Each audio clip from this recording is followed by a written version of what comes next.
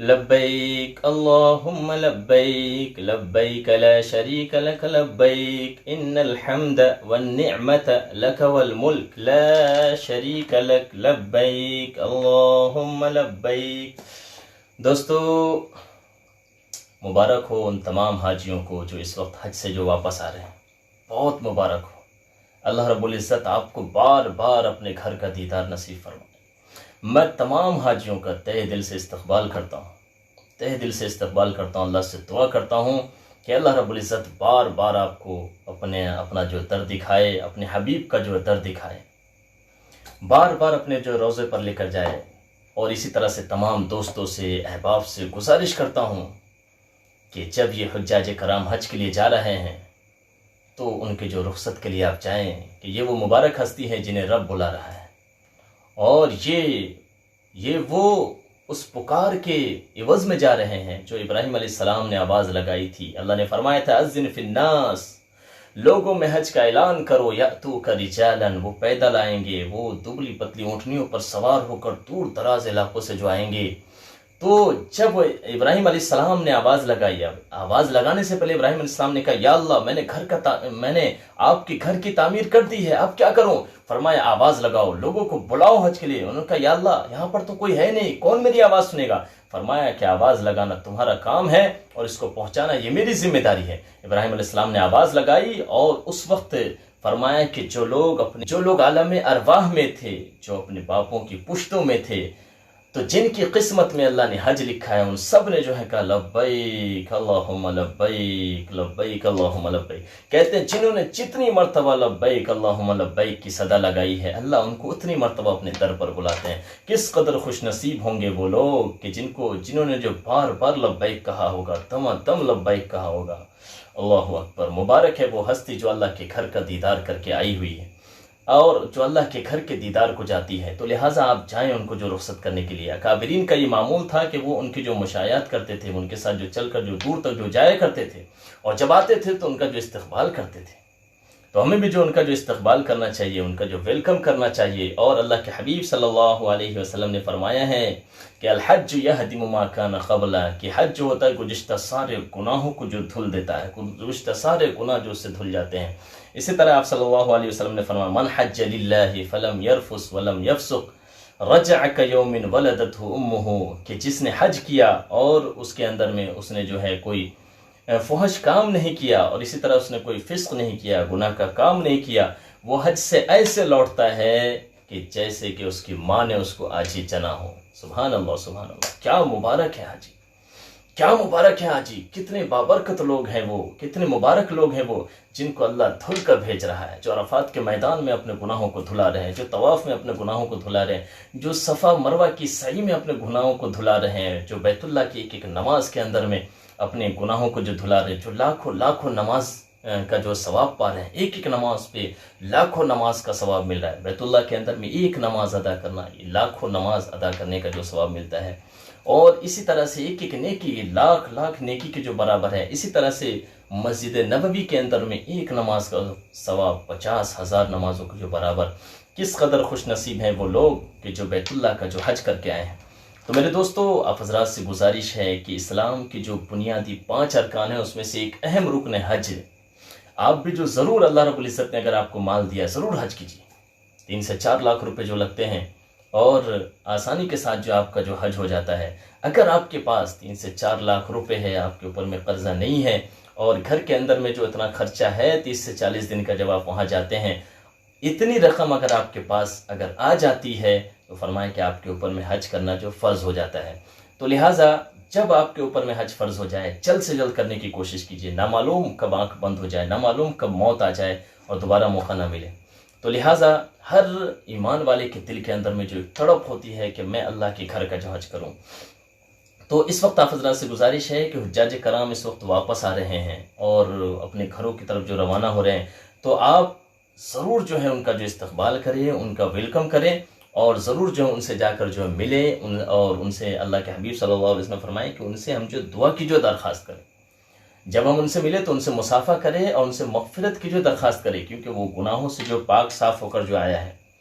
तो इसलिए इसी तरह से हज करने से जो है बहुत ज़्यादा इसी तरह से हुजूर सल्लल्लाहु अलैहि वसल्लम का इरशाद है कि जब किसी हाजी से मुलाकात हो तो उसको सलाम करो, उससे मुसाफा करो, और इससे पहले कि वो अपने घर में दाखिल हो अपने लिए दुआए मगफिरत की उससे दरख्वास्त करो, क्योंकि वो अपने गुनाहों से पाक साफ होकर आया है।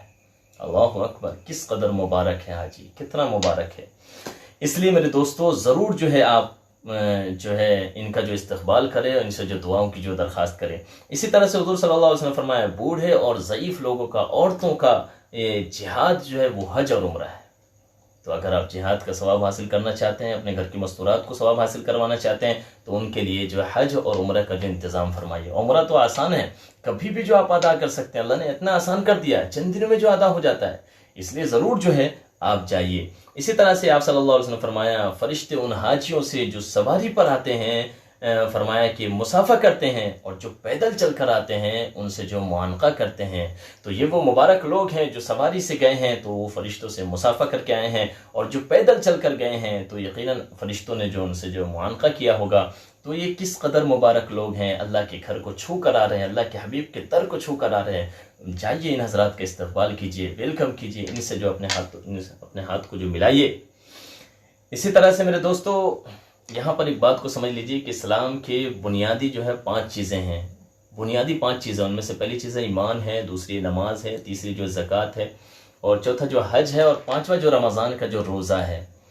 तो ये चारों चीज़ें जो है वो तो ज़्यादातर लोग जानते हैं, ईमान, नमाज और इसी तरह रोज़ा, ज़कात जानते हैं। हज के सिलसिले में जो है ज़्यादातर लोग जो वाकिफ़ नहीं होते हैं कि वो किस तरह से अदा करना, उसको बहुत मुश्किल समझते हैं। हालांकि हज बहुत आसान है।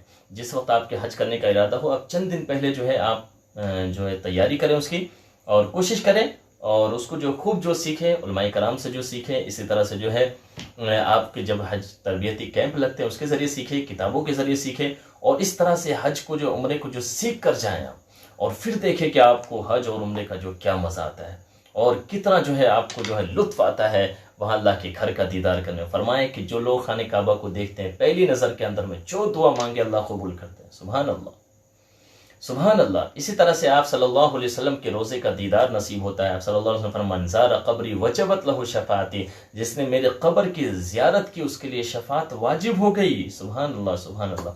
किस कदर मुबारक खुशकिस्मत लोग हैं वो कि जिन्होंने जो अल्लाह के हबीब के क़ब्र की ज़ियारत करके आ रहे हैं। फिर इसी तरह से किस कदर मुबारक हैं वो लोग जो अल्लाह के हबीब सल्लल्लाहु अलैहि वसल्लम को अपना सलाम पेश करके आ रहे हैं। अल्लाह के हबीब उनके सलाम का जवाब भी दे रहे हैं। अल्लाह के हबीब फरमाते हैं, मन सल्ला अलैहि इंद क़ब्री समिअतुहु, कि जो मेरी कब्र के पास दरूद भेजेगा मैं उसको खुद सुनता हूँ, जो दरूद भेजता है मैं उसको खुद सुनता हूँ। व मन सल्ला अलैहि नाइयन फ़क़द उब्लिग़्तुहु, जो दूर से भेजता है तो मुझे मेरे पास पहुँचाया जाता है। दोस्तों आप सोच रहे होंगे कि अम्बिया अल्लाह के हबीब सल्लल्लाहु अलैहि वसल्लम फरमा रहे हैं कि मेरी कब्र के पास भेजेगा तो मैं सुनता हूँ, तो कैसे अल्लाह के हबीब सुनते होंगे? तो मेरे दोस्तों ये भी आप जानते हैं कि एक हदीस है, आप सल्लल्लाहु अलैहि वसल्लम फरमाया, अल अंबिया अहयाउन फ़ी क़ुबूरिहिम, कि नबी अपनी कब्रों में जिंदा होते हैं। हम युसल्लून व युरज़क़ून, वो नमाज भी पढ़ते हैं, उन्हें रिस्क भी दिया जाता है, अल्लाह की तरफ से उनके लिए इंतज़ाम होता है।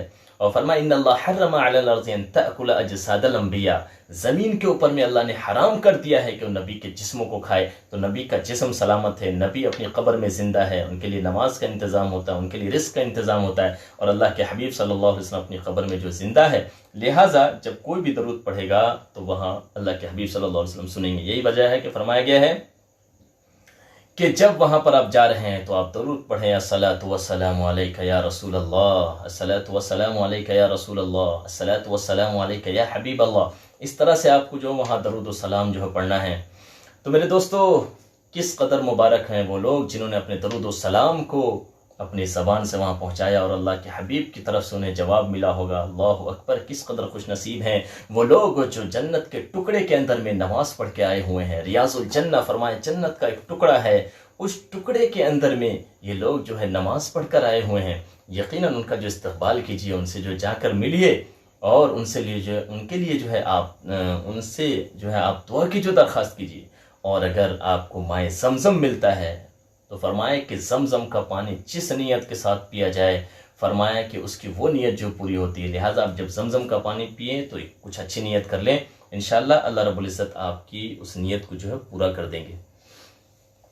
तो मेरे दोस्तों इसी तरह से आप सल्लल्लाहु अलैहि वसल्लम ने फरमाया है कि मन अरादल हज्ज फलयस्तअजिल कि अगर कोई शख्स हज का इरादा करता हो, कि किसी शख्स का अगर हज का इरादा हो, अल्लाह ने वसअत दे दी हो, तो उसे जल्द से जल्द जो हज करना चाहिए। बहुत सारे लोग ऐसे ताख़ीर करते हैं कि शादी हो जाएंगे जब करेंगे, और इसी तरह हम कम से कम अभी 2 मकान बना लेते हैं, 4 मकान बना लेते हैं, 10 प्लाट ले लेते हैं, फिर जाएंगे हज के लिए। और एक ज़माना ऐसा आता है कि वो उस काम को पूरा नहीं कर पाते और अल्लाह की तरफ से उसको बुलावा आ जाता है। इसलिए इस वक्त के इंतज़ार में मत रहिए कि पहले ये काम, पहले वो काम कर लेंगे। पहले अल्लाह के घर का दीदार करके आइए, ना मालूम कि कब आंख बंद हो जाए। और अगर अल्लाह के घर का दीदार करके अगर आपकी आंख बंद होती है, मुबारक हो आप मुबारक हैं। इसी तरह से मेरे दोस्तों एक बात बताऊं कि हज करने से क्या होता है मालूम है? गरीबी दूर होती है, और इसी तरह से फ़ख्र फाक़ा जो दूर होता है। और हुज़ूर सल्लल्लाहु अलैहि वसल्लम का इरशाद है कि लगातार हज करना, लगातार उम्रा करना फ़ख्र और गुनाहों को ऐसा दूर करते हैं जैसा कि आग लोहे के मैल को दूर कर देती है। तो लगातार हज उम्रे से बज़ाहिर ऐसा लगता है कि माल खर्च हो रहा है, गरीबी आएगी, लेकिन गरीबी नहीं आती है। ये गरीबी और फ़कीरी जो है ये ख़त्म होती है, और गुनाह जो इंसान के धुल जाते हैं। इसलिए मेरे दोस्तों ज़रूर जो हज उम्रा की। लेकिन एक बात और याद रखिए मेरे दोस्तों, अगर आपने किसी का हक़ मारा है, किसी का कर्ज लिया है, किसी का पैसा लिया हुआ है अगर आपने, और किसी का जो है आपने ज़मीन ली है, किसी की कोई चीज़ अगर आपने ली है, तो उसको जो आपको वापस करना होगा। ये नहीं कि आप किसी की ज़मीन ले लिए, कुछ ले लिए, और उसके बाद आप हज करने जा रहे हैं कि भाई हज से सारे गुनाह माफ़ हैं। हज से यकीनन माफ़ होंगे। हुकूकुल इबाद का मसला अलग है और हुकूकुल्लाह का मसला अलग है। अल्लाह रब्बुल इज़्ज़त का जो हक़ है वो अपने हक़ को तो माफ़ कर देंगे, लेकिन अगर आपने किसी को सताया है, किसी के ऊपर इल्ज़ाम लगाया है, बहतान लगाया है, किसी की ज़मीन ली है, किसी को किसी तरह से जो अगर आपने उसका हक़ मारा है, तो उसको जो है आपको उसका हक़ जो है देना पड़ेगा, याद रखिए। तो मेरे दोस्तों ज़िंदगी में एक मरतबा हज करना फ़र्ज़ है, लिहाजा ज़रूर जो है आप हज करने की जो कोशिश करें। इसी तरह से जब आप हज कर रहे हैं, आपका मकसद सिर्फ़ और सिर्फ अल्लाह को राज़ी करना है। आप उम्रा कर रहे हैं, आपका मकसद सिर्फ़ और सिर्फ अल्लाह को राज़ी करना मकसद होना चाहिए। ये नहीं कि लोग देखें मुझे कहें कि बहुत बड़े हाजी हैं, बहुत बड़े नमाजी हैं, बहुत बड़े जो सखी है। हमारा खर्च करने का ये मकसद नहीं होना चाहिए। अल्लाह के हबीब सल्लल्लाहु अलैहि वसल्लम फरमाए, मन सल्ला युराई फ़क़द अशरका व मन सामा युराई फ़क़द अशरका व मन तसद्दक़ युराई फ़क़द अशरका, कि जिसने दिखलावे के लिए नमाज पढ़ा उसने शिर्क किया, जिसने दिखलावे के लिए रोज़ा रखा उसने शिर्क किया, जिसने दिखलावे के लिए सदका किया उसने शिर्क किया। इसलिए हमारा ये मिजाज होना चाहिए कि हज उम्रा जिस तरह से हम जो भी इबादत कर रहे हैं, जो भी काम हम कर रहे हैं, नेक काम, ये हमें अल्लाह को राज़ी करने के लिए जो हमें करना चाहिए। दुनिया को दिखलाना जो मकसूद नहीं होना चाहिए, दुनिया से वाहवाही हासिल करना हमारा मकसद नहीं होना चाहिए। इसी तरह से दोस्तों उम्रे करने की भी बहुत ज़्यादा फजीलत आई है। आप सल्लल्लाहु अलैहि वसल्लम फरमाया कि अल-उम्रतु इलल उम्रति कफ़ारतुन लिमा बैनहुमा, कि एक उम्र दूसरे उम्रे तक दरमियानी हिस्से के लिए कफ़ारा है। एक उम्रे से दूसरे उम्रे तक अगर इंसान के कोई गुनाह हो, अल्लाह सारे गुनाहों को जो धुल देता है। अल्लाह ने माल दिया है, बार बार जो उम्रा कीजिए और बार बार जो है आप हज के लिए